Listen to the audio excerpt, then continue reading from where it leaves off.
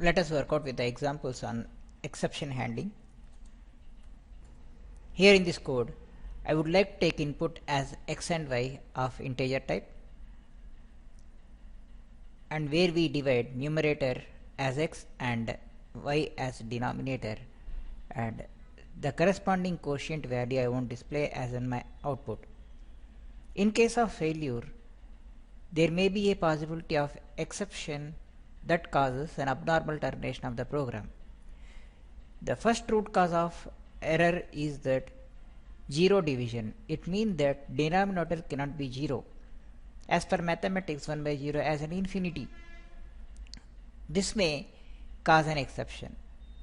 Apart from that, there may be so many other reasons by which my program may cause a failure in division, which can be identified as an unknown exception, will be taken as a root name as exception class.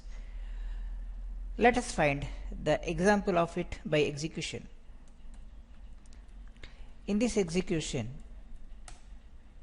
I enter numerator value as 12, denominator as 2, quotient is 6, and which is successfully completed, and finally it is returning program ended. Let us go with one more round of execution. Numerator is 12, denominator is 0.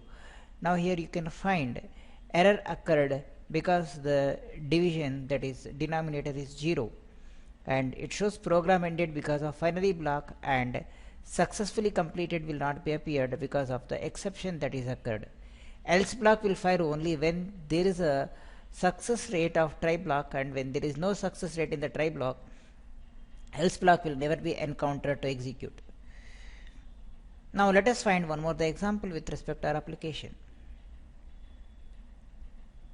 Here in this program, I would like to go with the file handling. If I try to open the file, here we can use nested try block. Outer try block is opening the file under the read mode, and inner try block is reading the content of the file. Here with the content what we are finding. In case of input output failures or readability failure, it may cause IO error. If the try block, the file name what I am trying to open, if it is not found, it may cause the error, that is again the exception that is occurred. If you want to handle the name of the exception with an object, we'll name it as an E, and we will display the corresponding error over here by using the argument name along with it. The base identification of the exception can be printed over here. Now let us go with the second part of the program where I am trying to handle the file. So this is causing the error that is occurred due to the failure of the file. So no such file or directory.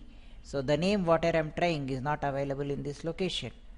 Now let us go with the success rate. I have given a valid name of the file which is available. In this case, I can see that the file which is opened is displaying the content of it and then closing the file and gives end rate. So this is where we can see the exception that is handled when we are conversating the file. Now let us go with one more the approach here. Here I have defined a function to add two numbers by taking input of first and second number, and that returns the value as sum of the number. If any one of the input is a failure or wrong number, that may cause an exception that causes an error as an value error. Let us find here where we are raising the exception through our user defined function,